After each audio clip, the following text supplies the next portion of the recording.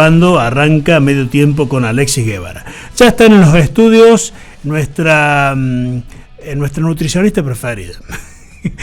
Verónica Giomi, ¿cómo estás? Buen día. Hola, buen día, ¿qué tal? ¿Cómo estás? Bien, bueno, hoy hemos tenido que cambiar el horario porque teníamos la entrevista con con la gente del IPEM, con la directora y el vicedirector del IPEM, que hoy cumple años.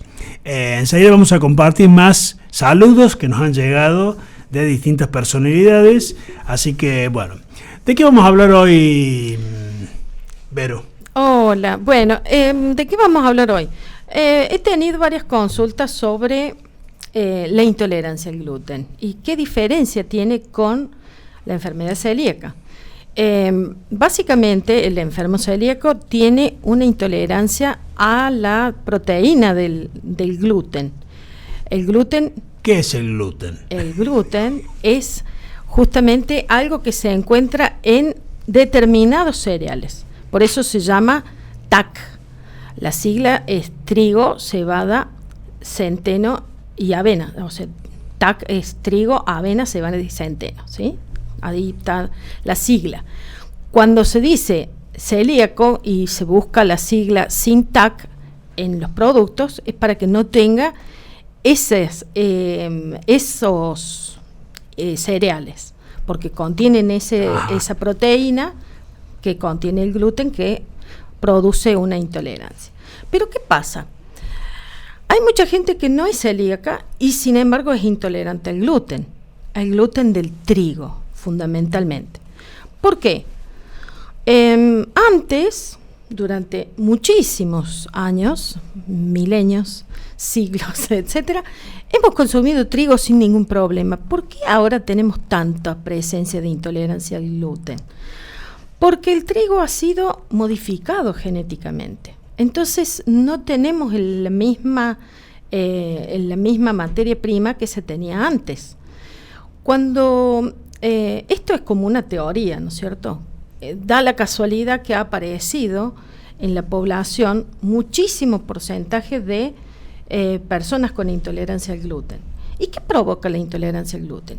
Inflamación, gases, flatulencia, o una dificultad inflamatoria a nivel gastrointestinal, diarreas, cólicos, toda una patología, una sintomatología muy molesta, que cuando uno se hace los estudios correspondientes no se detecta celiaquía propiamente, porque no hay esta enfermedad propiamente dicha, este trastorno, sino que hay una intolerancia propiamente al gluten. Cuando uno saca el gluten del trigo, desaparece la sintomatología. Entonces, ¿qué es lo que hay que hacer?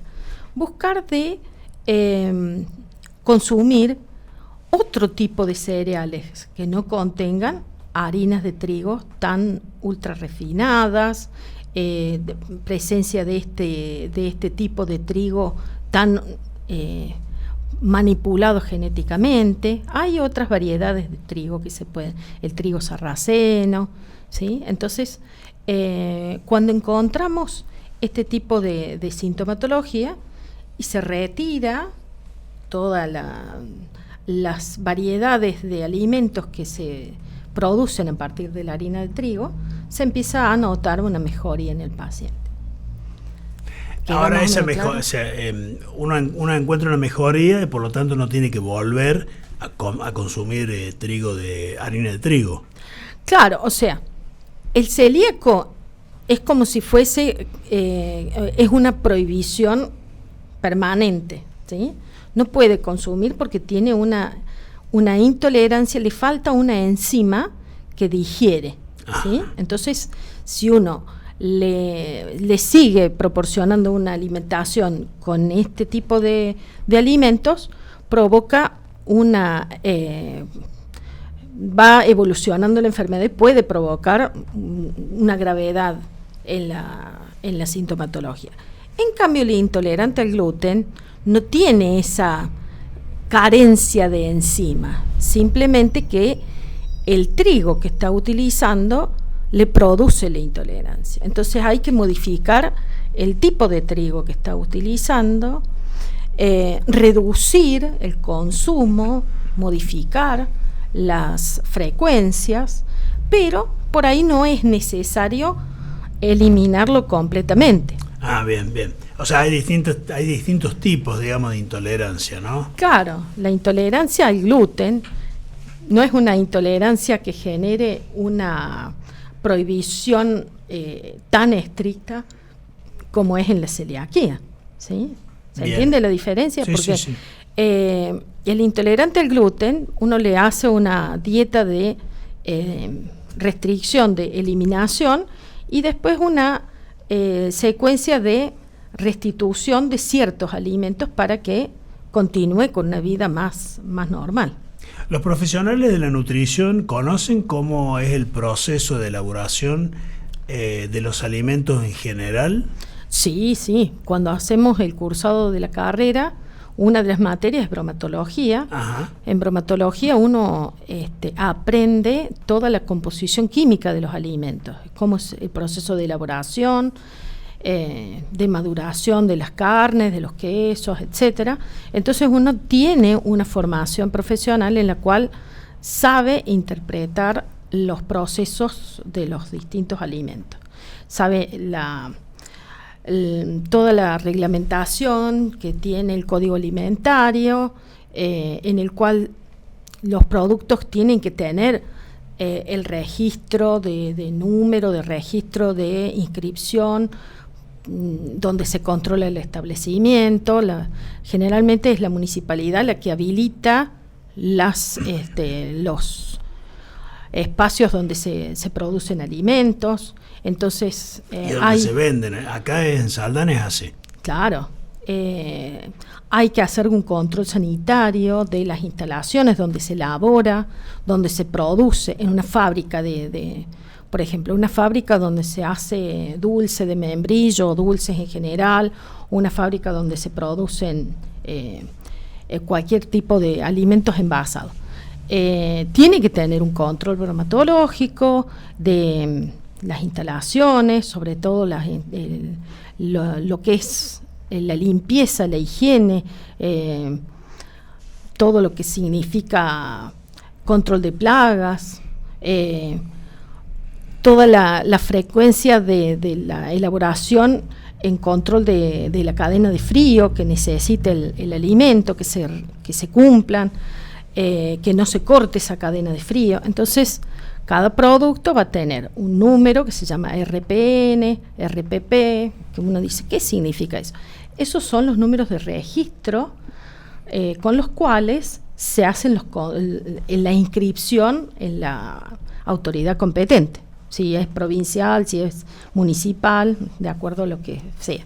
Por ejemplo, un frigorífico no es lo mismo que la elaboración de sangüe y de miga, por ejemplo. Tienen cada uno distintas características. Y cada uno tiene que tener a cargo un profesional. Generalmente, esto pasa muy a menudo, de que hay pocos controles en lo que es la elaboración de alimentos a la venta. Y se relajan mucho por ahí las condiciones sanitarias, las condiciones higiénicas, y hay que tener un control muy específico sobre la elaboración para evitar justamente las enfermedades transmitidas por los alimentos. Yo he trabajado muchos años en empresas gastronómicas, en lo cual he tenido justamente que hacer ese control y seguimiento del proceso productivo para garantizar ante el cliente la inocuidad del alimento, que era un alimento fresco, recién elaborado, que no había tenido sus materias primas, habían tenido un cuidado de control de calidad, de no permitir el corte de la cadena de frío, y la elaboración bajo normas de buenas prácticas de manufactura que se llaman, lo que hace que obtengamos un producto que sea saludable.